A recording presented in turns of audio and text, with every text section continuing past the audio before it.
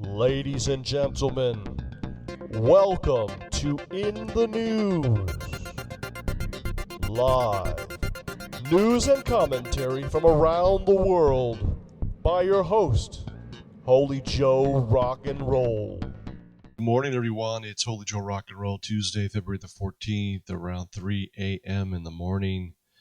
About half an hour ago, I was awoken when my iPhone sent me some update messages that 2 additional cabinet people have been approved by the Senate. And I wanted to see was there any pictures or information on Trump's cabinet. The New York Times, also known as fake news, had this article online that was last updated February the 10th. Here I've now updated it. There may be actually some other people that have been approved, but as of today, right now, Treasury Secretary Stephen Mnuchin has been approved, and Veterans Affairs has been approved for David Shulkin. So these are the 2 that beeped me just now, or about a half an hour ago, woke me up, and I decided to check on, see what was going on. Anyhow, these 2 people additionally have been approved by the Senate, meaning that the candidates that require Senate approval is now over half of the people who need to be approved have been approved. If you take a look at the people that do not require confirmation, of course, they already are appointed and in position. But what's interesting is the delay that the Democrats are pulling. We've seen this from the beginning. They are not opposing Donald Trump on any particular policy.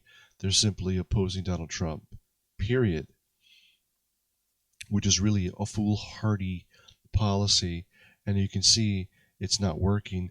None of these candidates that require Senate confirmation are not being confirmed because they're all high quality, good candidates, well qualified to do the job. And there's nothing except politics behind this. Recently, somebody asked me when did I get first red pilled, and I have to tell you, I knew something was wrong even as a young person. Even before I became a quote-unquote adult, I recognized that there were some problems with what we were taught, what life was supposed to be, the rules, how the rules were supposed to be, and what reality really was. But certainly in terms of politics,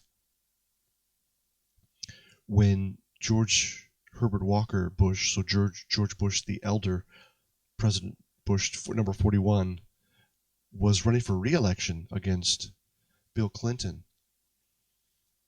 you may have noticed, if you're old enough to remember this, there were protests every day. There were protests on TV, there were protests in front of the White House, and they were primarily calling themselves environmental protests. And I don't know what they were protesting exactly. It didn't make any sense. When you interviewed people, they were just, a bunch of deadbeats, quote-unquote hippies, druggies, communists, leftists, really sort of extreme people for the most part. Just kind of like, fruits and nuts, you would say.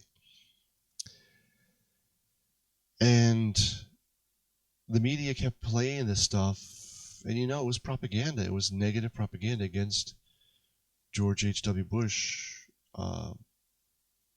When Bill Clinton was elected, suddenly, and without any fanfare or announcement, the protest stopped. Yet nothing had changed. None of the policies had changed between the administrations. Is Bill Clinton known to be an environmentalist? Did he do anything to fix the environment? No. He's known for passing 3 strikes and you're out, and also welfare reform, and under pressure from Newt Gingrich, who became leader of the House, balanced budgets. So that's what Bill Clinton is also, of course, known for. Did not have sex with that woman, Miss Lewinsky, right? The sex scandals, and the lying. Of course, that's what Bill Clinton is known for. He's not known for doing anything for the environment, quote unquote. So it was just all politics, and that's when I realized that it's all politics. It was all just nasty, dirty politics. And when the Black Lives Matter crew started getting funding and started getting bigger and bigger, obviously funded this time by George Soros. I don't know who was funding the protest back then. That was at 1992 or 1992 was that election. Probably George Soros was behind it also. Who knows? But anyhow, this Black Lives Matter stuff, it looked like it was shaping up to be another type of protest movement comparable to the environmental one that we saw before the other election. But it failed. It failed miserably. The people started waking up in large numbers. They're tired of what they were seeing, and they voted for Donald J. Trump. And you can see his cabinet is starting to take shapes, coming together, and there's nothing the Democrats can do to stop it. They've tried to delay it, and they just look like fools. So remember that. I'm Holy Joe Rock and Roll. Make it happen for the captain, because you're the captain. For watching In the News, a feature of HJRR TV and presented by the Reverend Dr. Holy Joe Rock and Roll. Please rate us, follow us on Twitter, and subscribe to this channel for more In the News.